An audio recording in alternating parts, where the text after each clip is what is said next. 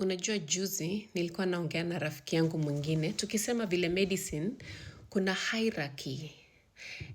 Yani medicine imepangwa kama jeshi kwa madaktari. Unajua ile kuna mkubwa, alafu hapo hivyo, alafu kuna ule mdogo kabisa junior doctor.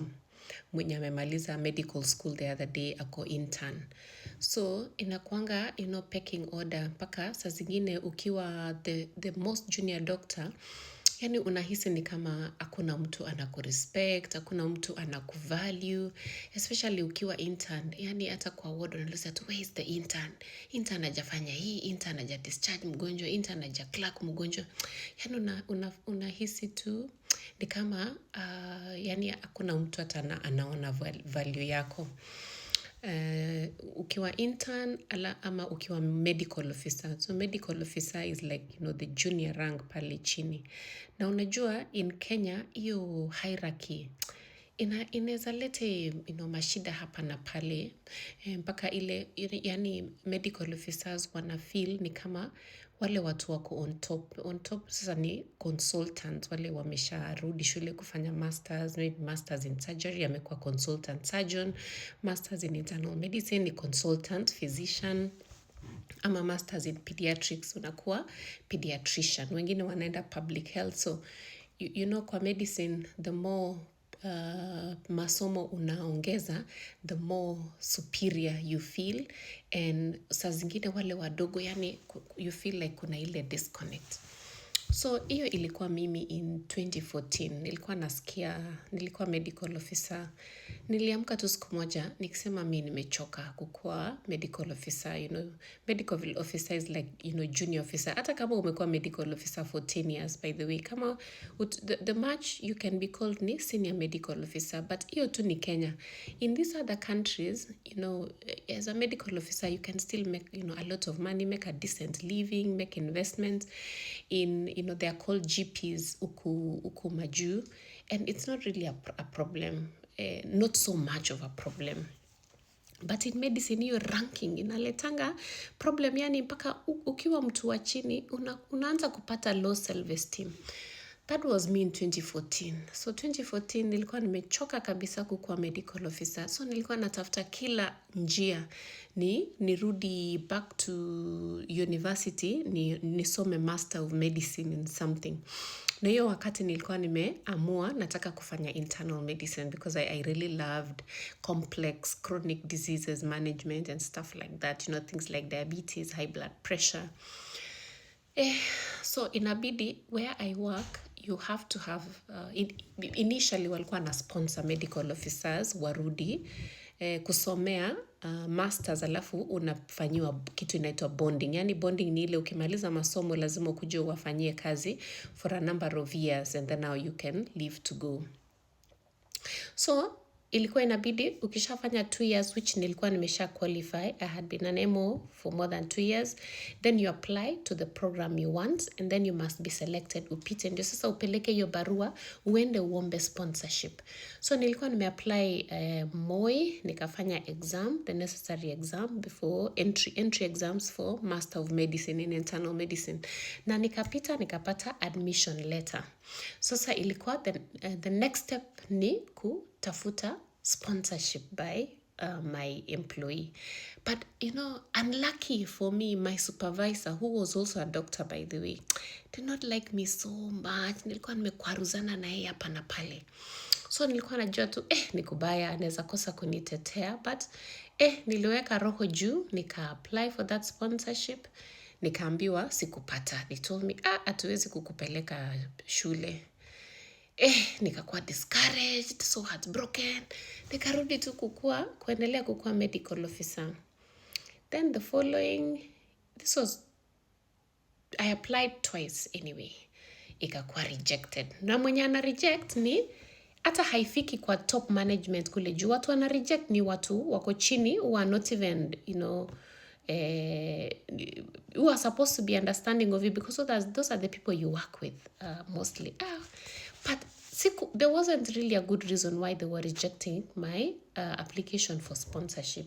Siku moja nikaamka tu nikasema lazima nipigie chief executive officer ya hiyo hospitali. Yani mtu nilikuwa nimepatana na yeye once. Yani that's the top management, you know, the top management of the hospital. Nakwambia nilijichocha and niliamka nikaenda kanisani that day, and then I went to church. Tukimaliza nikapatana na colleague wangu who we had been applying together. She's a pediatrician right now. We were medical officers together, lakini nilijoin kampuni earlier than her, I think by like 2 months. So by merit mi nilikuwa nafaa kuingia alafu ye aende, and then she told me that her application for sponsorship was accepted. I was so furious. I was like, why did they reject me and accepted her? Because I joined earlier than her. Kesho yake nikaandika tu, I prayed that night, nikalala, nikaamka asubuhi, I drafted the things I was gonna tell that CEO. Uzuri nilikuwa nimepelekwa kufungua a medical center for our hospital in a peripheral center, and that medical center was doing so well. I had a very good relationship with the people around there. My patients were so happy about my service, you know, and the medical center was doing extremely well because I was in charge of that medical center. So nikaamka asubuhi, my hands were trembling. Nikashika simu, nilimpigia na simu ya hospitali, by the way, not personal. Nilifika to job, nika dial 0, nikasema please connect me to Mr. So and so, sitataja jina. Mr. So and so akakuwa connected. Hey, I'm trembling. So I'm introducing myself. Good morning. I know we haven't really met, and we haven't met before, and probably even maybe my name is not so good, but my name is Dr. So-and-so. I am in charge of this medical center. You sent me there in 2013, and I've been working, and the medical center is doing well. I'm kindly calling you to ask whether I can be released to go back to do my M.Med in internal medicine. I have applied twice and I've been told it's not possible, but I feel like I'm really ready to go back to school so that I can come back and serve my patients in a better capacity. And I don't understand why my first 2 applications were rejected, but I've decided to just call you straight away so that I can express my desire to go back to school, and hoping that you will kindly consider me. I've already applied to Moi University and I have an admission letter. He told me, Daktari, I've heard you. I didn't know that you really wanted to go back to school. So whatever you've told me on the phone, I want you to sit down and write me an email. Write me an email and I'm going to reply to you before close of business today at 5 p.m. Hey, nilikata simu, nilienda nikaandika email, sent to him directly. And I'm telling you guys, by 5 p.m., my application to be released to go do my internal medicine had been approved. So my immediate supervisors had been copied. They were told to look for another medical officer. This was in July. And then they said we're gonna release Dr. Chipkwon to go back to do her M.Med in September. Oh my God, I couldn't believe it. I was so happy. And actually my life changed from that time to date. Yeah, I am so grateful to that chief executive officer, and I never cease to mention his name. I met him later later on in Nairobi, and I even talked to his daughter who wanted to join medicine, and he knows that I am forever indebted to him, because if I hadn't been released, I wouldn't be where I am today. Because in life, it's a chain of reaction. So many steps that you take together to be where you are. You don't just wake up and be where you are.